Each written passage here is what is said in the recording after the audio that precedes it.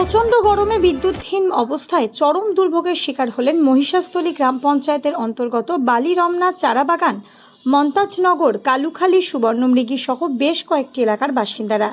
দীর্ঘদিন ধরে বিদ্যুৎ সমস্যায় ভুগছেন এইসব এলাকার মানুষ।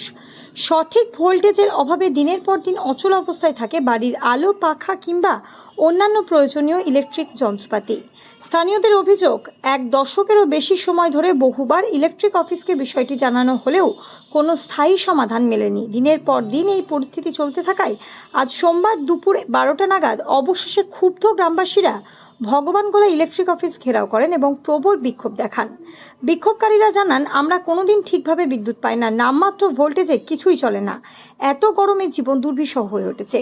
ঘটনার খবর পেয়ে দ্রুত ঘটনাস্থলে পৌঁছায় ভগবানগোলা থানার পুলিশ। তারা পরিস্থিতি নিয়ন্ত্রণে আনে ও স্থানীয় বাসিন্দাদের সঙ্গে কথা বলে শান্তিপূর্ণভাবে সমস্যা সমাধানের আশ্বাস দেয়। ইলেকট্রিক অফিসের তরফ থেকে এ বিষয়ে এখনো পর্যন্ত কোনো লিখিত প্রতিক্রিয়া মেলেনি।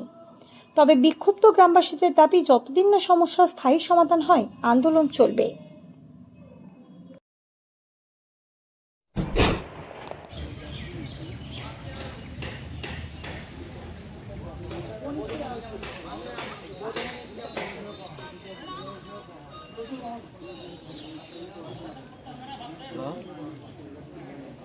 बोलो